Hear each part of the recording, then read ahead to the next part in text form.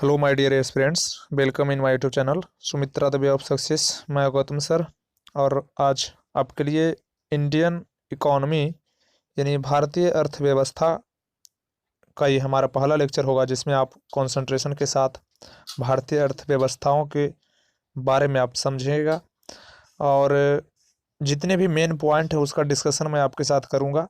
Indian economy की यानी भारतीय अर्थव्यवस्था हमारी, तो अर्थव्यवस्था से जुड़ी सारी बातें हम आप लोगों से डिस्कस करते हैं और आप इसे अपने फ्रेंड्स के बीच, अपने लोगों के बीच इसे शेयर करें हमारे लेक्चर्स को। और इसके साथ साथ मेरा बहुत सारा लेक्चर्स जो है बीपीएससी के रिगार्डिंग जो है हमारा चल रहा है, उसको भी आप बहुत सारे, जिसका मैं पूरे चैनल का लिंक डिस्क्रिप्शन में दे दूंगा, आप वहाँ से जा कर के सारे वीडियोज को देख सकते हैं और अंत तक बने रहें, आपको बहुत अच्छी जानकारी हमारे यहाँ से आपको मिलती रहेगी। तो चलिए आज मैं बात करता हूँ कि इकोनॉमी होता क्या है। कि जब हम किसी देश को उसके समस्त आर्थिक क्रियाओं के संदर्भ में परिभाषित करते हैं, यानी जो भी कुछ हम अपने दिन, एक मानकर चलिए, एक छोटा सा उदाहरण देता हूं मैं, कि अगर आप एक घर को चलाते हैं तो कहीं ना कहीं अर्थ उसमें सबसे महत्वपूर्ण रोल अदा करता है। अपने घर को चलाने के लिए अर्थ यानी धन, तो उसका जो लेखा जोखा है वो पूरे देश के लिए यहाँ पर आता है। तो पूरे देश के लेखा जोखा और आर्थिक क्रियाएं, जो मैं वैसी सारी क्रियाएं जो कि चाहे वो सरकारी हो या फिर निजी हो, कोई भी चीज़ हो, लेकिन जहाँ पर अर्थ का लेन देन या कोई भी एक्टिविटीज हो रहा है जहाँ पे धन से जुड़ी बातें हो रही हो, तो जो बातें उसको परिभाषित करते हैं उसी देश की अर्थव्यवस्था यानी इकोनॉमिक कहते हैं। अर्थशास्त्र का जनक जो है, अर्थशास्त्र की जनक की बात करें तो अर्थशास्त्र का जो जनक है वो फादर ऑफ इकोनॉमी जिसे कहते हैं वो है एडम स्मिथ, यानी फादर ऑफ इकोनॉमी, इकोनॉमिक्स को यानी अर्थशास्त्र का जनक एडम स्मिथ को माना जाता है।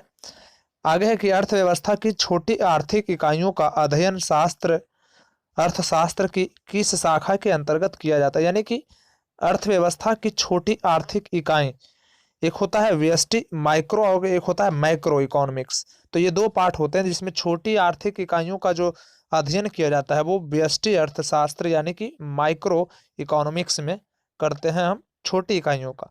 और समष्टि अर्थशास्त्र जो होता है, ये समष्टि जो लिखा है यहाँ पर वो होता है मैक्रो, MACRO मैक्रो। तो वो मैक्रो जो होता है वो समष्टि यानी अर्थशास्त्र को हम दो भागों में बांटते हैं, एक होता है व्यष्टि अर्थशास्त्र और एक होता है समष्टि अर्थशास्त्र, एक होता है माइक्रो और एक होता है मैक्रो। आप ध्यान दीजिएगा, मैं आपको यहाँ पे बता रहा हूँ। तो सबसे छोटी इकाइयों का जो डिस्कशन होता है वो व्यष्टि अर्थशास्त्र यानी माइक्रो, जैसे भी माइक्रो मतलब सूक्ष्म, तो सूक्ष्म मतलब छोटा। लेकिन समष्टि अर्थशास्त्र को अर्थशास्त्र की एक अलग शाखा के रूप में आरंभ करने का श्रेय किसने दिया था? जॉन मेनार्ड किन्स को। किसने दिया था? जॉन मेनार्ड किन्स को। ये समष्टि जो कि मैक्रो होता है, MACRO, ध्यान रखिएगा। भारतीय अर्थव्यवस्था किस प्रकार की अर्थव्यवस्था मानी जाती है? जो ये विकासशील अर्थव्यवस्था है, डेवलपिंग इकोनॉमी है, और यहाँ की अर्थव्यवस्था मिश्रित है। यहाँ की विकासशील है यानी प्रोग्रेसिव वे में, कि विकसित है, विकासशील है या अविकसित है। तो अगर बात की जाए तो ये विकासशील अर्थव्यवस्था है हमारी भारत की। भारतीय अर्थव्यवस्था की मुख्य विशेषताएं क्या है? तो इसमें सबसे बड़ी बात आता है कृषि की प्रधानता और प्रति व्यक्ति न्यूनतम आय तथा बढ़ती बेरोजगारी।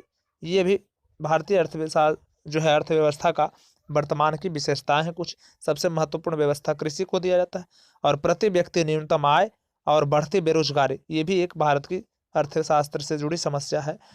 भारत की अर्थव्यवस्था मिश्रित अर्थव्यवस्था है जिसको मिक्स्ड इकोनॉमी कहते हैं, जिसमें सार्वजनिक तथा निजी क्षेत्र मिलजुल कर कार्य करते हैं।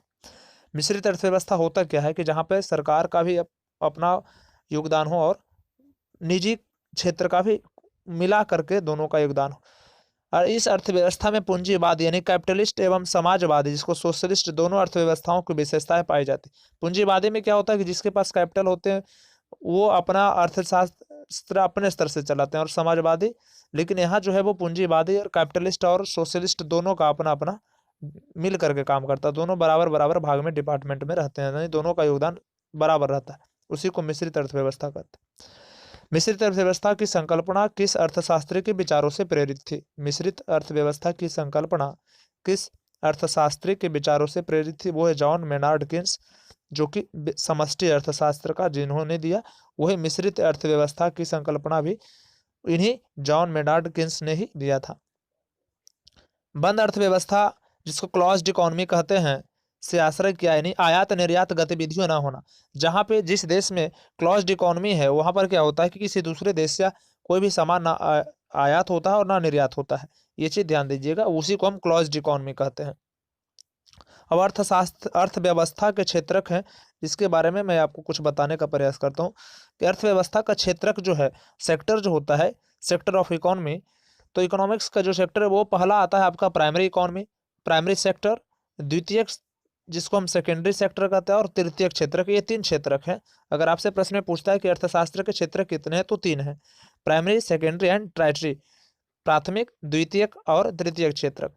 अब प्राथमिक के क्या अंतर्गत क्या क्या आता है उसके बारे में हम पढ़ते हैं। प्राथमिक के अंतर्गत कृषि एवं कृषि से संबंधित गतिविधियां जो हो गया वो प्राथमिक क्षेत्र में आता है। जैसे में कृषि, वानिकी, मत्स्यन, खनन, उत्खनन, जो भी चीज हो गया ये वो प्राथमिक क्षेत्र में आते हैं। अब बात करते हैं द्वितीय क्षेत्र की। तो द्वितीय क्षेत्र यानी सेकेंडरी सेक्टर में कौन, औद्योगिक क्षेत्र जो आते हैं वो सेकेंडरी में आते हैं। जिसे उसका निर्माण, विनिर्माण, विद्युत, गैस एवं जलापूर्ति, ये सभी चीज जो है वो द्वितीय क्षेत्र के अंतर्गत आते हैं, यानी अर्थव्यवस्था के सेकेंडरी सेक्टर में आता है ये सब चीज। अब तृतीय यानी टर्टियरी सेक्टर में क्या आता है, टर्टियरी सेक्टर में आता है आपका, आप यहाँ से देख सकते हैं, टर्टियरी सेक्टर में सेवा क्षेत्र को कहते हैं, और इसके अंतर्गत परिवहन एवं संचार, जो आपको लाने ले जाने का काम कर रहा है, बैंकिंग, बैंक है तो आपका लेन देन कर रहा है, एवं बीमा, व्यापार एवं भंडारण और सामुदायिक सेवाएं, ये सभी सेवा क्षेत्र के अंतर्गत यानी टर्टियरी सेक्टर के अंतर्गत आते हैं। तो ये 3 सेक्टर जो होते हैं इकोनॉमी के, आप यहाँ से इसको समझ सकते हैं एक अच्छे तरीका से। मैं आपको बताने का प्रयास कर रहा हूँ। तो ये रिविजन, फास्ट रिविजन यहाँ से आपको मिलेगा, और बाकी धीरे धीरे मैं समय के साथ आपके लिए जो है सब्जेक्टिव टाइप भी क्लास लेकर के आऊँगा। बस थोड़ा सा समय दीजिए, और आप लाइव मेरे वीडियोज को शेयर करें, जहाँ सब्सक्रिप्शन बढ़ेगा तो मैं लाइव आ सकूँगा। अब बात करते हैं कि वर्ष 2011 से 19 के मध्य कृषि, उद्योग तथा सेवा में से किस क्षेत्र की वृद्धि दर निरंतर बढ़ी है, यानी कृषि, उद्योग और सेवा में कौन सा क्षेत्र जो है, कौन सा क्षेत्र में सबसे ज़्यादा वृद्धि हुआ है, तो वो सेवा क्षेत्र में सबसे ज़्यादा वृद्धि हुआ है 2011 से लेकर के 2019 के बीच में। अर्थव्यवस्था में उच्च स्तरीय निर्णय लेने वाले संस्थानों को किस क्षेत्र के अंतर्गत शामिल किया जाता है। अर्थव्यवस्था में उच्च स्तरीय निर्णय लेने वाले संस्थानों को पंचम क्षेत्र के अंतर्गत शामिल किया जाता है। कौन सा, पंचम क्षेत्र के अंतर्गत। अर्थव्यवस्था के क्षेत्र में प्रथम नोबेल पुरस्कार किस वर्ष प्रदान किया गया था। मोस्ट क्वेश्चन है और बहुत बार आ चुका है एग्जाम। अर्थशास्त्र के क्षेत्र में प्रथम नोबेल पुरस्कार वर्ष 1969 में प्रथम बार दिया गया था। ठीक है, वर्ष 1969। अगला है, अर्थशास्त्र में नोबेल पुरस्कार प्राप्त करने वाले भारतीय मूल के प्रथम व्यक्ति कौन थे। अर्थशास्त्र में नोबेल पुरस्कार प्राप्त करने वाले भारतीय मूल के प्रथम व्यक्ति कौन थे। अमर्त्य सेन को प्रथम भारतीय नोबेल पुरस्कार अर्थशास्त्र में मिला था। अमर्त्य सेन को सबसे पहले अर्थशास्त्र का नोबेल पुरस्कार दिया गया था। अर्थशास्त्र का नोबेल प्राप्त करने वाले अभिजीत बनर्जी भारतीय मूल के दूसरे व्यक्ति हैं। प्रथम मिला अमर्त्य सेन को, और जो द्वितीय अभिजीत बनर्जी थे वो भारतीय मूल के दूसरे व्यक्ति हैं, जिन्हें यह पुरस्कार जो है वर्ष 2019 में उनकी पत्नी एस्थर डुफ्लो तथा अमेरिकी मूल की माइकल क्रेमर के साथ संयुक्त रूप से वैश्विक गरीबी उन्मूलन में प्रयोगात्मक दृष्टिकोण हेतु दिया गया था। उन्हें उनकी पत्नी को प्रथम में मिला अमर्त्य सेन को, और दूसरी बार मिला था अभिजीत बनर्जी को, दूसरे व्यक्ति थे, लेकिन यह पुरस्कार उनकी पत्नी को 2019 में एस्थर डुफ्लो तथा एक अमेरिकी की मूल माइकल क्रेमर को संयुक्त रूप से दिया गया था। वो क्यों दिया गया था, वैश्विक गरीबी उन्मूलन में प्रयोगात्मक दृष्टिकोण हेतु। अब बात करते हैं नेशनल इनकम से जुड़ी कुछ बातें। राष्ट्रीय आय और प्रति व्यक्ति आय एक निर्धारित स्तर से ऊपर पाई जाती है। कहता है प्रश्न क्या, देख लीजिएगा, राष्ट्रीय आय और प्रति व्यक्ति आय एक निर्धारित स्तर से ऊपर पाई जाती है, वो होता है विकसित अर्थव्यवस्था। क्या होता है, विकसित अर्थव्यवस्था। जहाँ पे इस प्रकार की स्तर से ऊपर आ जाता है वो विकसित अर्थव्यवस्था होता है, जहाँ का राष्ट्रीय आय और प्रति व्यक्ति आय ज्यादा रहे। अब है अहस्तक्षेप के सिद्धांत, जिसको हम लेसिज फेयर कहते हैं। तो अहस्तक्षेप के सिद्धांत का प्रतिपादन किसने किया था, है ना, किसने किया था, सॉरी, किसने किया था? तो हस्तक्षेप के सिद्धांत का प्रतिपादन एडम स्मिथ ने किया था। हस्तक्षेप के सिद्धांत का प्रतिपादन। गांधीवादी अर्थव्यवस्था का सिद्धांत किस पर आधारित है? गांधीवादी अर्थव्यवस्था किस सिद्धांत पर आधारित है? न्यास, है ना, ट्रस्टीशिप के सिद्धांत पर, यानी न्याय के सिद्धांत पर गांधीवादी अर्थव्यवस्था जो है निर्धारित करता, आधारित है उसी पर। समाजवादी अर्थव्यवस्था, सोशलिस्ट इकोनॉमी का जनक किसे माना जाता है? तो कार्ल मार्क्स को। महत्वपूर्ण प्रश्न है कि समाजवादी अर्थव्यवस्था का जनक किसे माना जाता है? तो कार्ल मार्क्स को। भारतीय अर्थव्यवस्था के उदारीकरण का अग्रदूत, है ना, हरविंजर ऑफ लिबरलाइजेशन, तो यानी भारतीय अर्थव्यवस्था के उदारीकरण का अग्रदूत कहा जाता है डॉक्टर मनमोहन सिंह को। ये बहुत महत्वपूर्ण प्रश्न है और एग्जाम में आए भी है और आ भी सकते हैं। भारतीय अर्थव्यवस्था के उदारीकरण का अग्रदूत जो है डॉक्टर मनमोहन सिंह को माना जाता है। अब विश्व की 10 शीर्ष अर्थव्यवस्थाएं 2019 तक जो है इस किताब में मेंशन किया गया है, और यहाँ पर मैं आपसे बता रहा हूँ 2019 तक, ईस्वी तक का।